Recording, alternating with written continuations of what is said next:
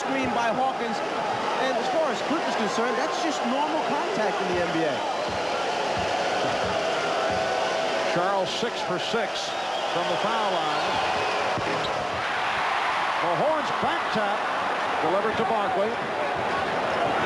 Sixers down by 15. It's now a one-on-one matchup. Armstrong trying to come over to help out, and again Barkley to the line. Armstrong slipped, comes up limping. If you don't come quickly on Charles Barkley, what he'll do is split you. He's waiting to see if Armstrong's going to come. He doesn't see him coming. He goes on his own. The slip by Armstrong leads to 2 free throws. Foul on Livingston. Grant has returned. Grant up front now with Cartwright and Livingston. Getting to this point for the 76ers, quite an accomplishment for the coaching staff when you consider the series of injuries suffered by Charles Barkley, losing Johnny Dawkins.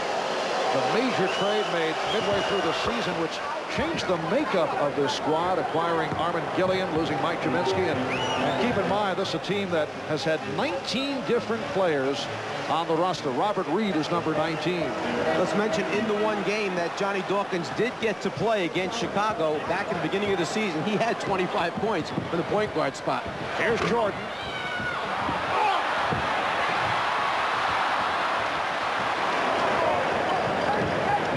Bulls by 13 with 3:45 to go first half. Cartwright over to help. Turner was fouled. He was hit by Jordan. No argument from Michael. 23, Michael Jordan, his first penalty. Johnny Dawkins suffering a knee injury that put him out for the season. He has been working out, looking to next year. Jim Lynam told us Dawkins ahead of schedule, should be ready for training camp. Look at the starting lineup opening day for the Sixers. Mahorn, Barkley, Jaminski, Dawkins, and Hawkins. So this club has gone through a major overhaul, yet they finished 6 over 500, knock out the Bucks in 3 in the opening round, and here they are in the second round of the playoffs. And many would say they do not have a legitimate center. Rick Mahorn is more of a power forward or a backup center, and they come off the bench with a new ball.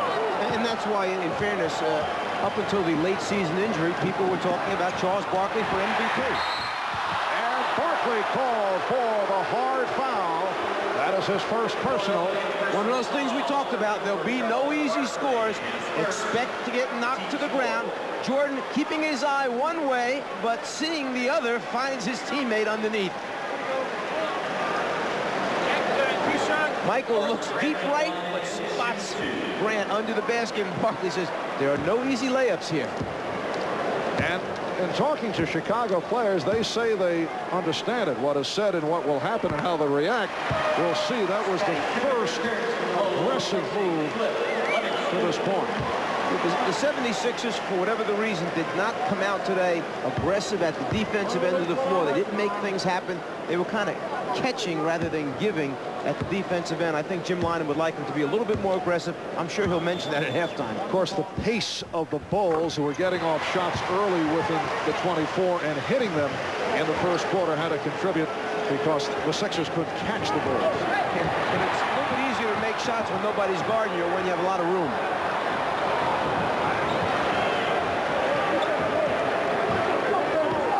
Double up on Barkley as we come up on 3 minutes to go in this first half. Here's Gilliam. Yes, Armin Gilliam missed his first 5. That's his first field goal. And the Sixers down by as many as 20, hanging around. Now trailing by 11. Cartwright not happy with the defensive work by Gilliam, but still able to hit. And Gilliam did a good job taking away the initial move to the middle of the floor, but then never moved his feet when Cartwright turned baseline. 14 points for Bill Cartwright. And the 76ers call for a timeout. You can body up, taking away the middle, but then when he goes baseline, you just can't stand there. You've got to make a move to challenge that shot.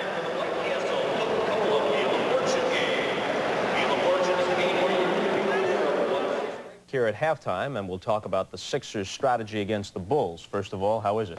It's about patience, tempo. It's about shot selection and the 90s. And I'm not talking about decade either. They want to hold the score in the 90s. Yes, they got to keep it down there. Otherwise, the quickness of the Bulls is just going to be too much for them. And we'll talk about Portland's upcoming 5th and deciding game against Seattle. That's at halftime. For now, back to Marv and Mike in Chicago. Thanks, Bob and Pat. And back here at Chicago Stadium, it's the Bulls 50 and the 76ers 37. And the story of this first half, the combination of Bill Cartwright and Will Perdue, for the season, they averaged a combined 15.5 per ball game. First round of the playoffs against the Knicks, they were very effective against Patrick Ewing, who did not have a good series. And in this first half, look at the stats as opposed to the 76er combination of Rick Mahorn and Manute Bol, who have combined for 1 point thus far. Rick Mahorn in 7 minutes, no points, no rebounds. In that last series against Milwaukee, he was 14 for 18 from the floor, 78%. They've done it at both ends, scoring and then stopping him at the other end. 2.5 minutes to go. First half. Turner got the step. Barkley on the follow, and he is fouled. Once again, Charles will go to the line. 76ers are shooting only 30% for this first half. However, they are 14 for 16 from the foul line, and that has kept them in this ball game. Yeah, and the guy stepping up to the line right now, Charles Barkley, did not have a real good series from the foul line versus Milwaukee, only shooting 67% in that series. So it's very important for Charles to concentrate here and make these free throw attempts. If he's going to keep going to the basket, the Bulls will continue to foul him. Barkley is 9 for 10 from the free throw line.